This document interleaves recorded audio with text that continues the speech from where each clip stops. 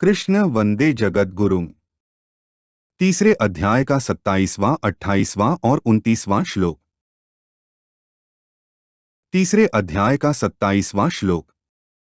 प्रकृतेः क्रियमाणानि गुणैः कर्माणि सर्वशः अहंकार विमूढ़ात्मा कर्ताहमिति मन्यते।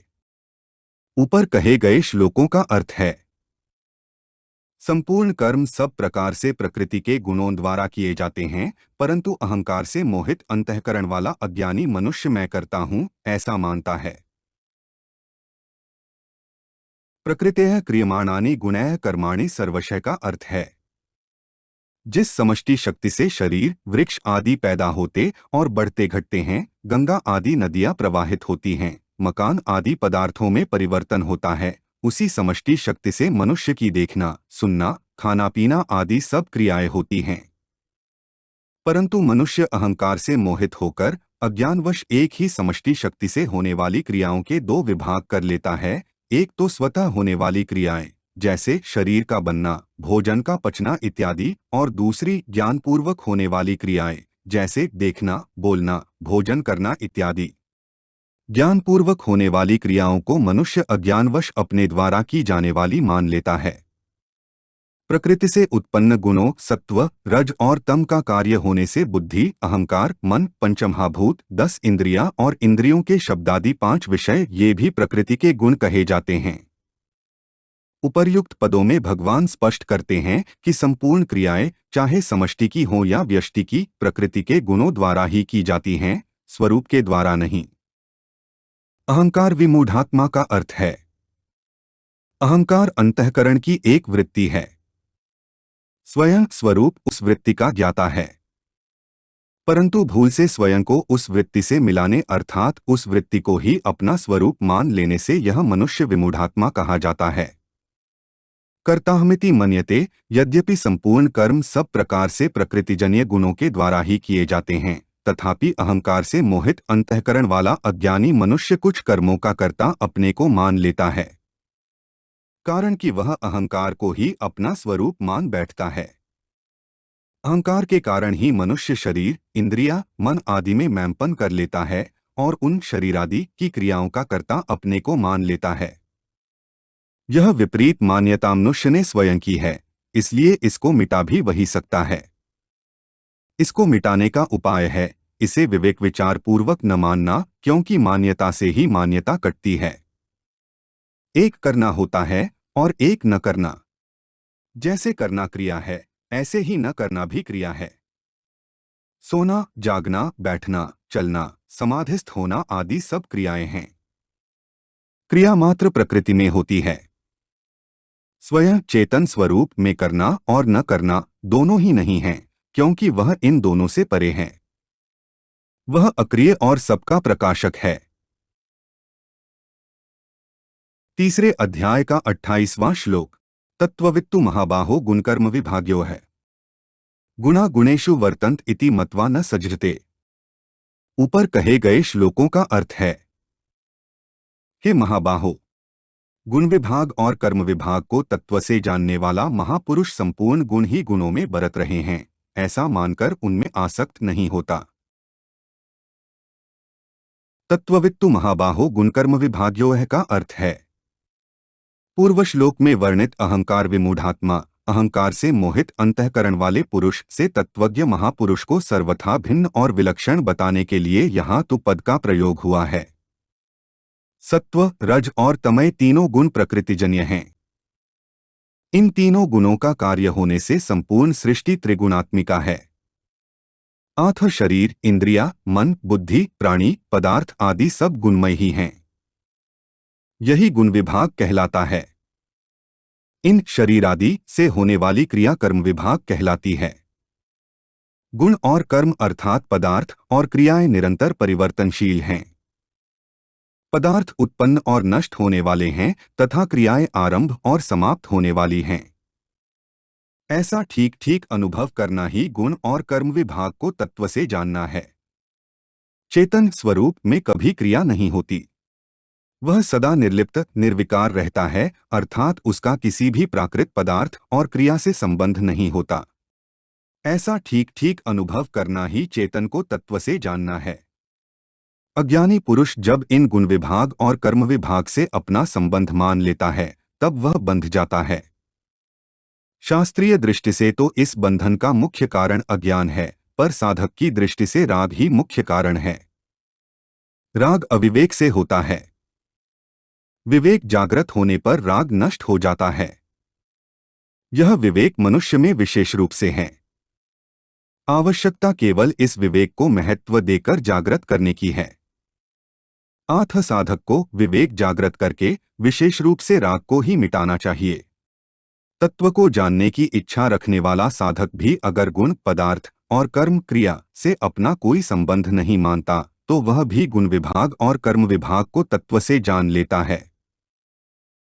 गुणा गुणेषु वर्तन्ते का अर्थ है प्रकृतिजन्य गुणों से उत्पन्न होने के कारण शरीर, इंद्रिया, मन, बुद्धि आदि भी गुण ही कहलाते हैं और इन्हीं से संपूर्ण कर्म होते हैं।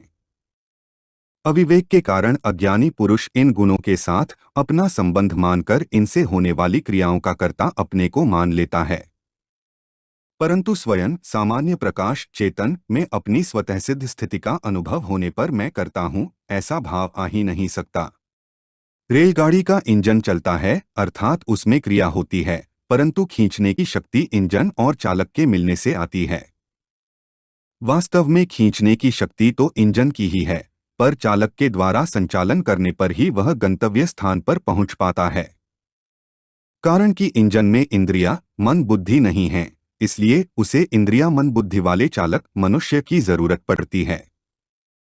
परंतु मनुष्य के पास शरीर रूप इंजन भी है और संचालन के लिए इंद्रिया, मन, बुद्धि भी। मतवा न सजजते का अर्थ है यहाँ मतवा पद जानने के अर्थ में आया है। तत्वज्ञ महापुरुष प्रकृति, जड़ और पुरुष चेतन को स्वाभाविक ही अलग अलग जानता है, इसलिए वह प्रकृतिजन्य गुणों में आसक्त नहीं होता। भगवान मतवा पद का प्रयोग करके मानव साधकों को यह आज्ञा देते हैं कि वे भी प्रकृतिजन्य गुणों को अलग मानकर उनमें आसक्त न हो। तीसरे अध्याय का 29वां श्लोक। प्रकृतेर्गुण सम्मूढ़ाः सज्जन्ते गुणकर्मसु तानकृत्स्नविदो मंदानकृत्स्नविन विचालेत। ऊपर कहे गए श्लोकों का अर्थ है प्रकृतिजन्य गुणों से अत्यंत मोहित हुए अज्ञानी मनुष्य गुणों और कर्मों में आसक्त रहते हैं। उन पूर्णतया न समझने वाले मंदबुद्धि अज्ञानियों को पूर्णतया जानने वाला ज्ञानी मनुष्य विचलित न करे। प्रकृतेर्गुण सम्मूढ़ाः सज्जन्ते गुणकर्मसु का अर्थ है सत्व, रज और तम, ये तीनों प्रकृतिजन्य गुण मनुष्य को बांधने वाले हैं। सत्वगुण सुख और ज्ञान की आसक्ति से, रजोगुण कर्म की आसक्ति से और तमोगुण प्रमाद, आलस्य तथा निद्रा से मनुष्य को बांधता है।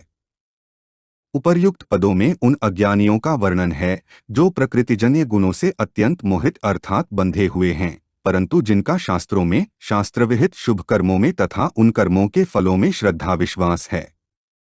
इसी अध्याय के 25वें-26वें श्लोकों में ऐसे अज्ञानी पुरुषों का सक्ताः अविद्वांसः और कर्मसंगिनाम अज्ञानाम नाम से वर्णन हुआ है। लौकिक और पारलौकिक भोगों की कामना के कारण ये पुरुष पदार्थों और कर्मों में आसक्त रहते हैं। इस कारण इनसे ऊंचे उठने की बात समझ नहीं सकते, इसीलिए भगवान ने इन्हें अज्ञानी कहा है। तानकृत्स्नविदो मंदान का अर्थ है अज्ञानी मनुष्य शुभ कर्म तो करते हैं, पर करते हैं नित्य निरंतर न रहने वाले नाशवान पदार्थों की प्राप्ति के लिए। धनादि प्राप्त पदार्थों में वे ममता रखते हैं और अप्राप्त पदार्थों की कामना करते हैं। इस प्रकार ममता और कामना से बंधे रहने के कारण वे गुणों, पदार्थों और कर्मों के तत्व को पूर्ण रूप से नहीं जान सकते। अज्ञानी मनुष्य शास्त्र विहित कर्म और उनकी विधि को तो ठीक तरह से जानते हैं, पर गुणों और कर्मों के तत्व को ठीक तरह से न जानने के कारण उन्हें अकृत संविदः, पूर्णतया न जानने वाले कहा गया है और सांसारिक भोग तथा संग्रह में रुचि होने के कारण उन्हें मंदान, मंदबुद्धि कहा गया है। कृत्स्नविन विचालेत का अर्थ है गुण और कर्म विभाग को पूर्णतया जानने वाले तथा कामनामता से रहित ज्ञानी पुरुष को चाहिए कि वह पूर्व वर्णित सकाम भावपूर्वक शुभ कर्मों में लगे हुए अज्ञानी पुरुषों को शुभ कर्मों से विचलित न करें, जिससे वे मंदबुद्धि पुरुष अपनी वर्तमान स्थिति से नीचे न गिर जाएं। इसी अध्याय के 25वें-26वें श्लोकों में ऐसे ज्ञानी पुरुषों का असक्तः विद्वान और युक्तः विद्वान नाम से वर्णन हुआ है। भगवान ने तत्वज्ञ महापुरुष को 25वें श्लोक में कुर्यात पद से स्वयं कर्म करने की तथा 26वें श्लोक में जोशेत पद से अज्ञानी पुरुषों से भी वैसे ही कर्म करवाने की आज्ञा दी थी।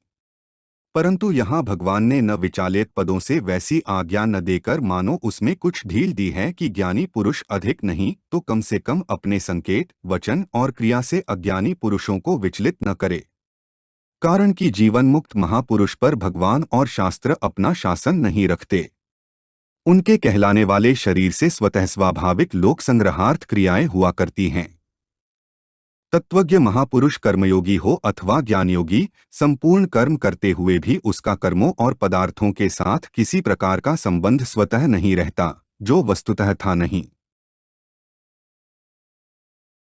हमारे चैनल को सब्सक्राइब करें। अगर यह जानकारी आपको अच्छी लगी तो वीडियो को लाइक करें, वीडियो को अपने दोस्तों के साथ शेयर करें, अपने सुझाव हमें कमेंट करके बताएं। जय श्री कृष्णा।